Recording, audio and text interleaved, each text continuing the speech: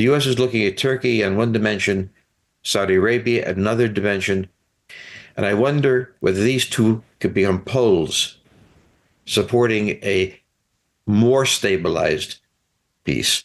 Without these two pillars, the chaos solution is the only outcome that's possible.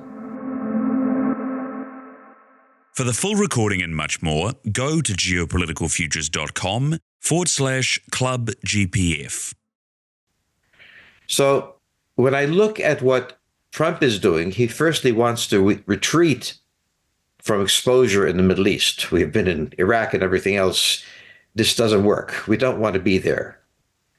We really do not believe Israel can be a stabilizing force. It is inherently unstabilizing and can be marginalized, however, and safe.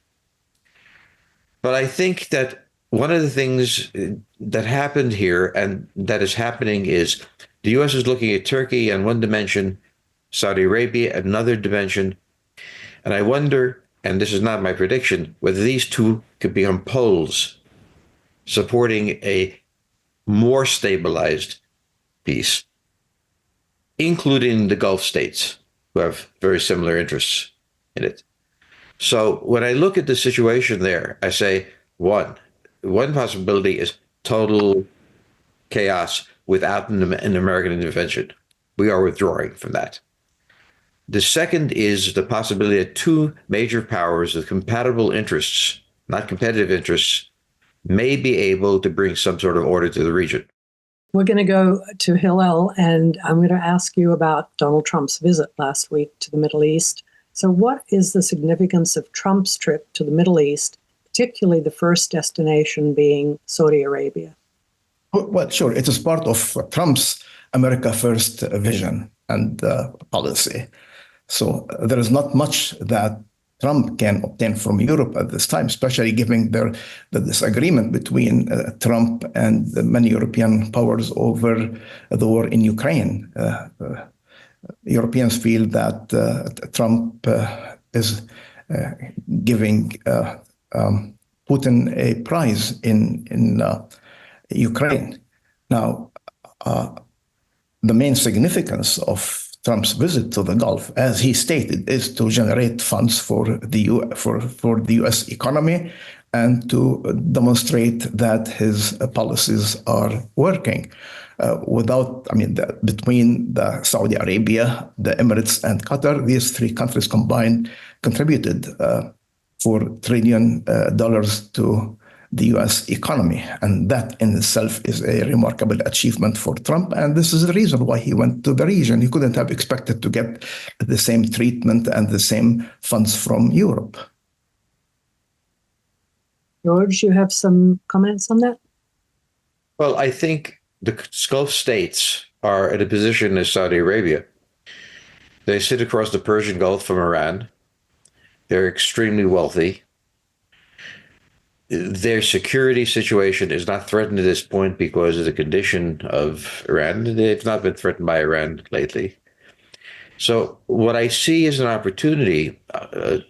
What I'm looking at is a vacuum that Israel is trying to fill itself by creating a geopolitical reality in Gaza that at the same time is utterly alienating him from the world.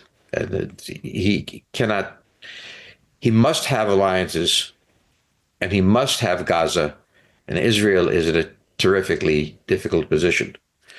But as I said, when I look at the region, and I look at the money flowing to the United States, and I look at the weaknesses of these countries militarily, and the unwillingness of the United States to stand guard continually on their interests, I raise a question, same question I did before, and I'd like Hilal to comment on it. Is it possible to have an entente between Saudi Arabia and Turkey to work together to maintain this situation? History stands between Saudi Arabia and Turkey during the days of the Ottoman Empire in the 19th century, specifically when Egypt was a part of the Ottoman Empire, even though it was loosely associated with the Ottoman Empire. The Egyptian army ordered by the Ottomans destroyed the first and second Saudi states. So the memories, Saudi memories of Turkey have not been pleasant at all since then. That stands between them. So there is a mutual distrust. However, politics is an evolving domain, and the Saudis realize that they need to cooperate with Turkey. Actually, Turkey has agreed to enhance Saudi domestic arms industry. So pragmatic politics seems to be prevailing between the two countries, yet Saudi Arabia does not want Turkey to become a dominant regional power. So the main issue between these two countries and other countries is over the regional power status. Turkey has a strong military. Saudi Arabia, despite billions of dollars, still does not have a fighting army. A country in the Middle East, as elsewhere, cannot become not maybe in the Middle East, not in Europe, cannot become a powerful regional state unless it has a military, and Saudi Arabia does not have a military. But I think depending on how Iran will change. And no matter how Iran changes, there will always be a wedge between Saudi Arabia and other Arabs and Iran. So it is in Saudi Arabia's vested interest to be close to Sunni Saudi, to Sunni Turkey.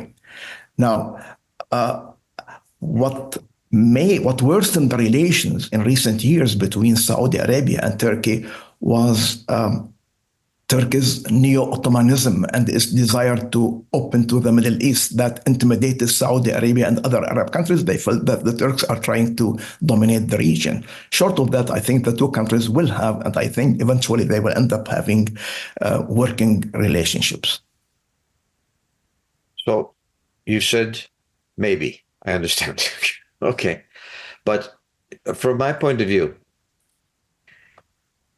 Israel is not in a game. It has own parochial interests, strategic interests, but its ability to supply weapons, but it's not there. When I look at Iran in its current state, if it could be kept in its current state, which is what Trump is trying to do with the nuclear weapons, but other issues as well as Iran, if that can be weakened and the Persian threat mitigated, it would seem to me that even though Turkey is not Arab, and Turkey has also interests in Europe, particularly in the Balkans, that it historically has had, and is now slowly, gently acting on, that it's possible that Turkey can provide a security dimension without dominating the region. It has no interest in trying to dominate the region, to work with the Yemenites to do it, but to give Saudi Arabia, which has the financial support, enough capability, promise, that they might behave, the other countries might behave, the other forces in the region. So this is the only reason I'd look at it is, without these two pillars, the chaos solution is the only outcome that's possible.